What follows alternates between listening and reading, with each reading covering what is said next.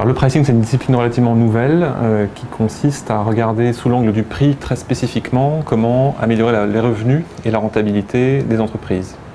Donc ça se fait schématiquement en regardant trois volets. D'une part, les choix stratégiques qui sont faits, d'autre part, la fixation proprement dite, et enfin la mise en œuvre où c'est un peu l'heure de vérité et beaucoup de choses peuvent se passer par rapport au plan initialement prévu.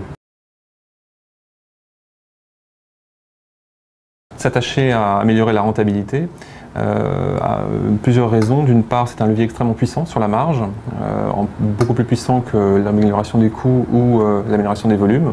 Les coûts sont traditionnellement beaucoup sous contrôle, ils ont été optimisés soit les coûts fixes, soit les coûts variables.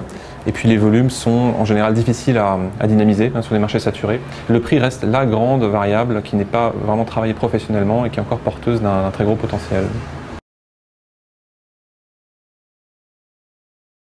Les gains constatés sont effectivement très forts, de l'ordre de 2 à 3% de rentabilité nette. Donc ça veut dire schématiquement, si on prend un exemple d'une entreprise de 100 millions d'euros qui fait 4 millions de résultats nets, 2 à 3%, ça veut dire qu'il y a 2 ou 3 millions d'euros en plus, donc on passe de 4 à 6 millions d'euros de rentabilité, c'est-à-dire 50% d'amélioration.